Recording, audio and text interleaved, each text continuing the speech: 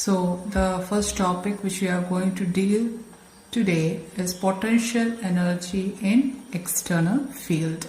That is, suppose there is a charge or two charge or multiple charges and they are kept in an external field or field due to another charge, what total potential energy can arise. So there are three subtopics for this main topic, guys. I emphasize this topic name again and again because it's a very vast topic and the derivation is a little bit complicated and there are many problems which can arise, that is numericals which can be dealt with regarding this topic. Okay, so the main topic, potential energy in external field, has three subtopics, and the first one is potential energy due to a single point charge in an external field. What? Potential energy due to a single point charge in external field. So, what do you mean by this in a layman language? That is, there is an external field. What will be causing that external field? Suppose there is a charge Q and it is a positive charge. It's a very huge charge and I name it as source charge. Right? This source charge, suppose I am keeping it at a large distance, right, and it is having an field E in this direction. Why I have drawn in this direction? Positive charge means the electric field lines are always outwards, and this electric field E is due to this bigger source charge, right? Now the scenario is, if there is a point P such that it is at a distance, suppose it is at a distance R from this charge. Right? Now I want to bring a small test charge. Say it is plus Q charge. I want to bring this charge from infinity to this point P. Should I do some work? Yes, I have to do some work. Why? The electric field is in this direction, that is, it is from left to right direction.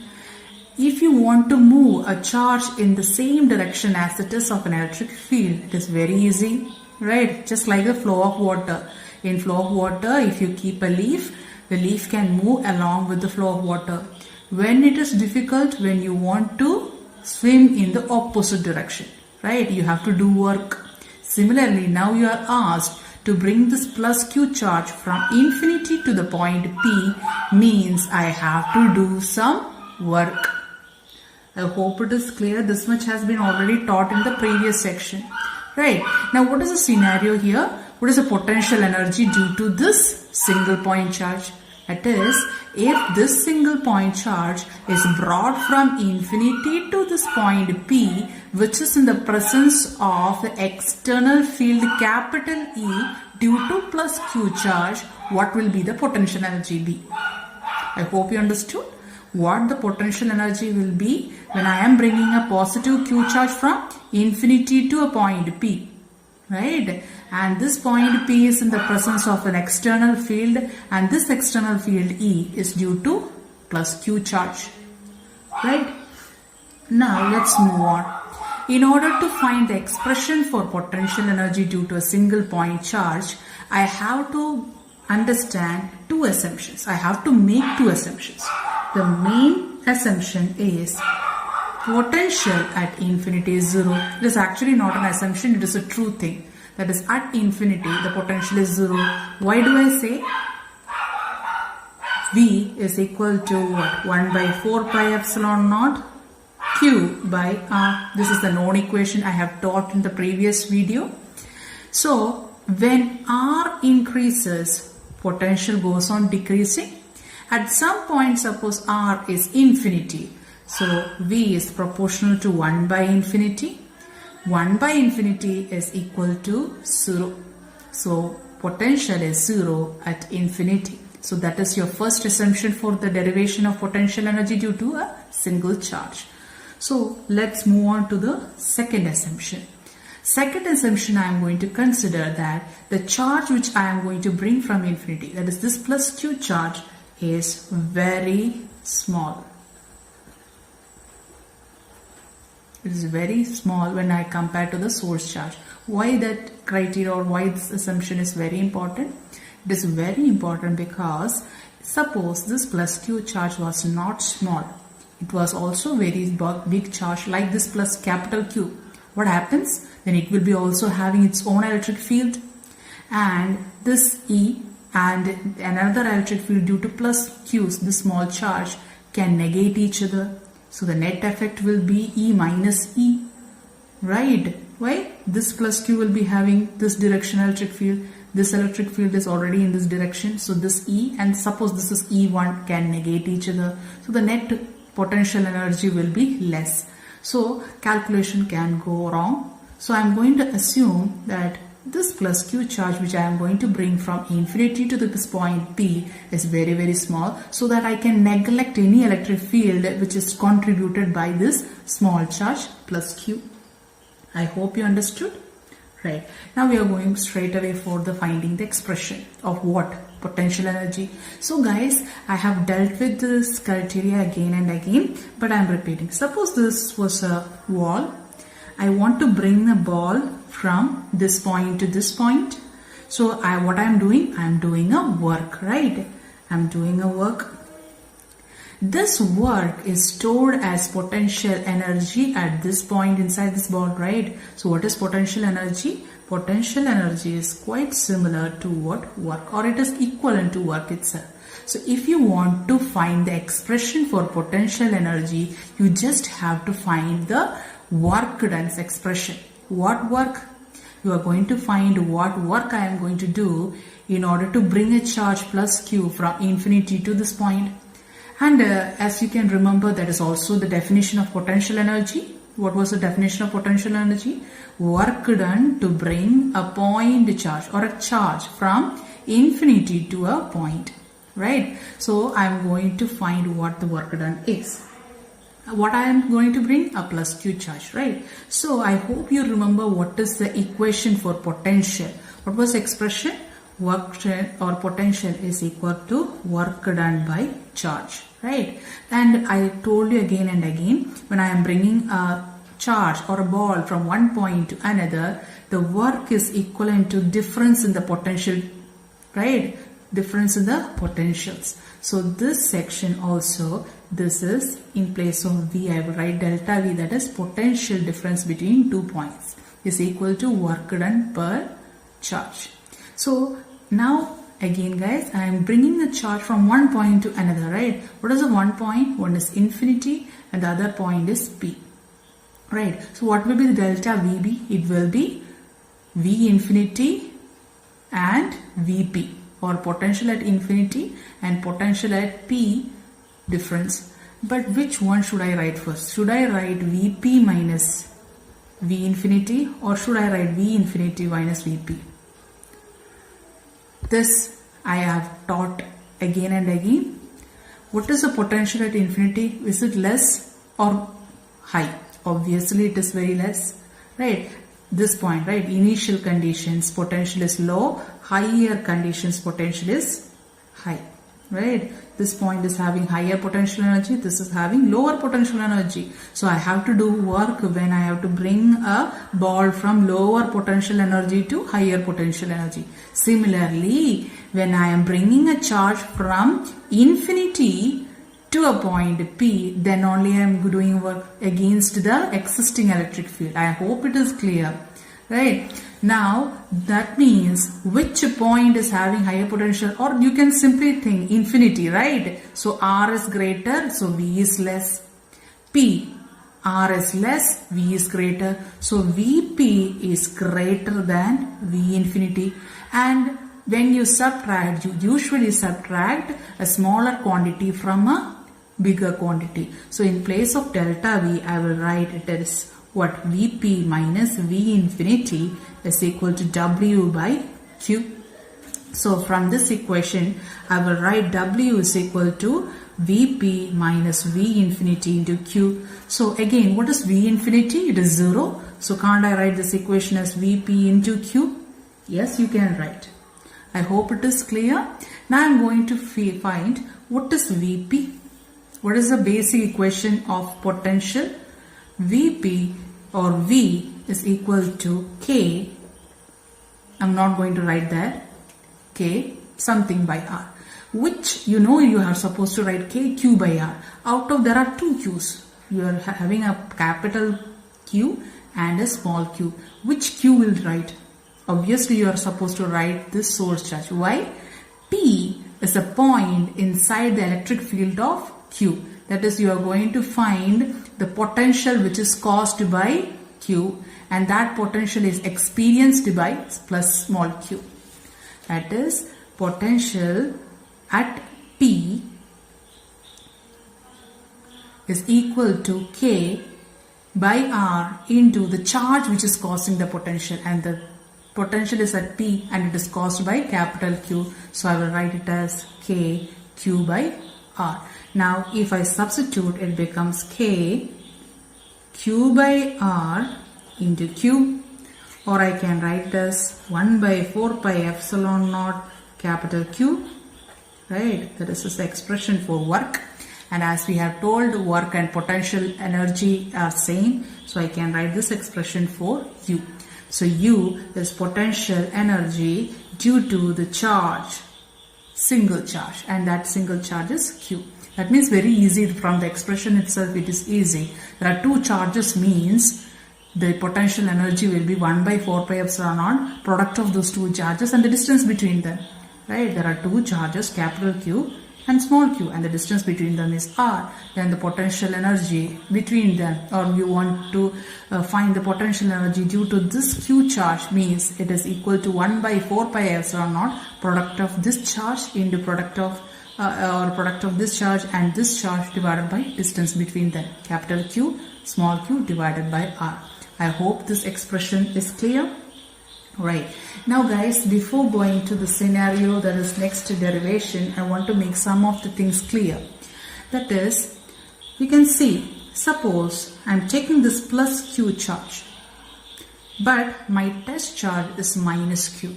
So what would be the expression here becomes? It becomes u 1 by 4 pi epsilon naught capital Q minus small q divided by r. That means you can see u is becoming a negative expression. Right. Now similarly, what will be the force between two unlike charges? It will be positive, or it will be attractive in nature. Right. This scenario is, you have to understand, when two unlike charges comes, the force is attractive in nature but the potential energy is negative. Similarly, if I am bringing plus q and the test charge is also plus q, then u will be the same expression as it is. That is 1 by 4 pi epsilon naught q by r. So what is u? It is positive. But what will be the force be when you are having two like charges? F will be negative in nature. Why did I write it as negative? That means it is repulsive in nature. These two conditions you have to by heart it by yourself. I hope it is clear. Now the last points are referring or a subtopic, very small subtopic which you have to deal here and you have to use further. That is in 12th you come to a chapter called semiconductor. There you have to find the value of a quantity known as electron volt. Or you would have seen this parameter in many of the derivations also. What do you mean by electron volt? Right. So for understanding this one, I am going for the topic potential energy due to an electron. Right.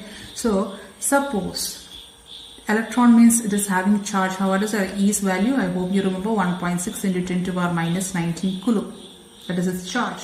So what will the potential energy of electron be? You know the expression of U. U is equal to what? You have written the expression of work or your potential energy earlier. Earlier I am going to go back. What it is? W is equal to Q into V. Right. So W can also be written as U that is potential energy and work are same, is equal to V into Q. Right. In place of Q, I'm going to write the electron here. So it becomes minus V into E. This is electron volt. Right. So suppose I'm going to put the value of E, that is 1.6 into 10 to the power minus 19 here. And suppose volt, V is 1 volt. I'm going to consider the potential at a point is 1 volt. So if I put these two values in this equation, minus V, that is 1, minus 1 into E becomes 1.6 into 10 to the power minus 19. What will be the expression of UV? You will get it as how much? 1.6 into 10 to the power minus 19 joule. Now this value is very important. So we will put the value. So what in the value of electron volt, you put the value of E, you put V as 1 volt, you will get the potential energy as 1.6 into 10 to the power minus 19 joule. That is the value of 1 electron volt. What is the value of 1 electron volt? 1.6 into 10 to the power minus 19 joule. Now if someone asks you what is the value of let's say 1 kilo electron volt, what will be it? 1, right? Kilo means 10 to the power 3. 1 electron volt is what? 1.6 into 10 to the power minus 19. Now what would the value be? 3 and minus 19 means it is 1.6 into 10 to the power minus 16 joules. I hope it is clear. Similarly, what is 1 mega, or not go for mega, million? See, it will be what? 10 to the power 6 into 1 electron volt, or I will write it as 10 to the power 6 into how much? You will get it as 1.6 into 10 to the power minus 13 joules. I hope it is clear. Right. So what is the value of 1 electron volt? It is 1.6 into 10 to the power minus 19 joule. I hope it is clear. Now we will go for the next bigger derivation, guys. That is potential energy due to system of 2-point charges. That is, in place of single point charge, I am going to consider there are 2 charges. Right, I am going to replace my pen. I have finished off the ink, that's why. Now, I am going to write the heading. Potential energy due to system of 2-point charges in external field. Right. So, in place of 1-point charge, I am going to have 2-point charges, and they are going to be kept in an external field. So, same scenario, you are going to have a very big large charge, and you call it as source charge. It is going to have its own electric field, and I am going to keep 2-point charges in this electric field. So, suppose this is point P and this is a point R, and this P is at a distance of say R1 from Q, and this, let's say it is capital R, is at a distance R2, and PR is having distance R12. This is a scenario, and I want to bring Q1 charge from infinity to point P, and I want to bring Q2 charge from infinity to point R. Right? Now I am going to find what will be the total potential energy, or what is the total work I have to do in the entire scenario. That is, work done to bring charge infinity or charge Q1 from infinity to point P, plus work done to bring charge Q2 from infinity to point R. Now, the first case will be, I am going to find, again the same scenario, guys. These 2 charges are very small, so we are usually going to neglect the electric field contributed by Q1 and Q2. We are removing electric field, we are not removing the force. Okay, electrostatic force will be existing, guys. Right, so the first point I am going to find is what is the work at P. What is work at P? That is the work I am going to do to bring charge Q1 from infinity to point P. The same as that of the previous side. That is, when I am going to bring a charge Q1 from infinity to point P, at that time I am not bringing Q2. Clear? That is one at a time.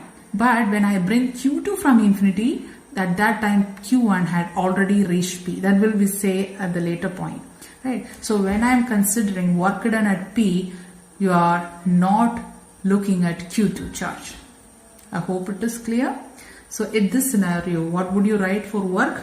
Work's equation earlier we have rewrote that potential is equal to work by charge, and you remain as potential difference. So work will be Q into delta V.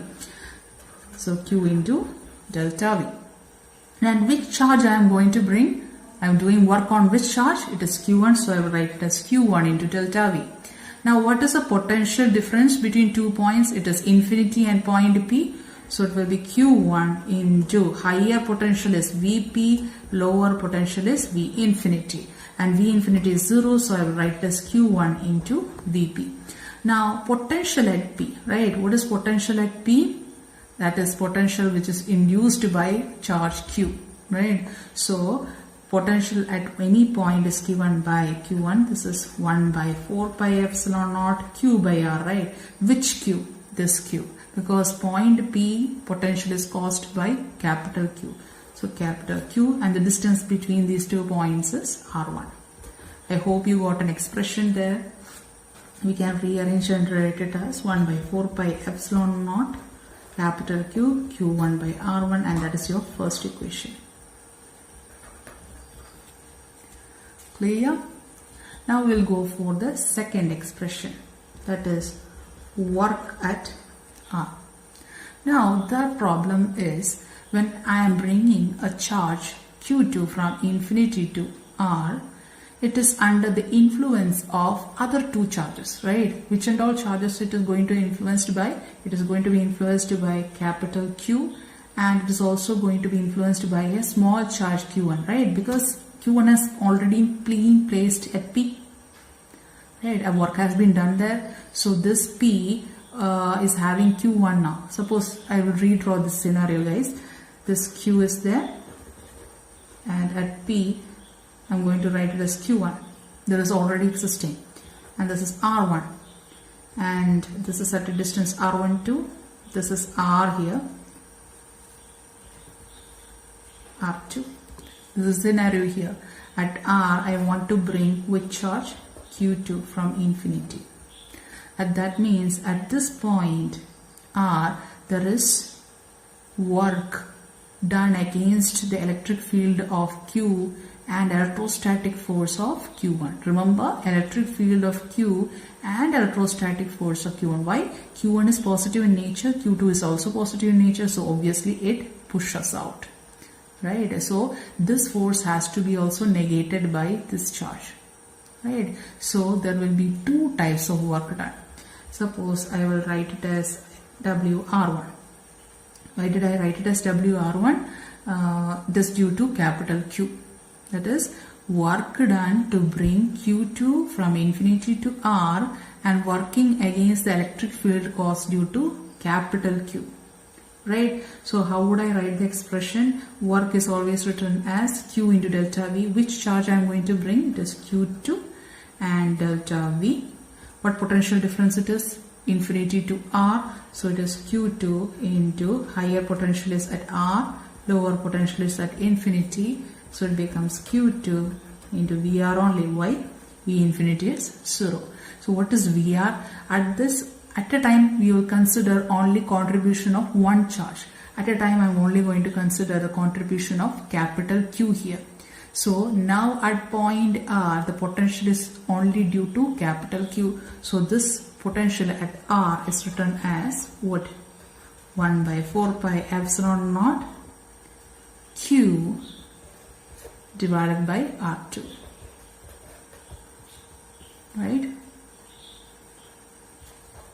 I'm going to write it as third expression. I wrote it first now, so this is second expression.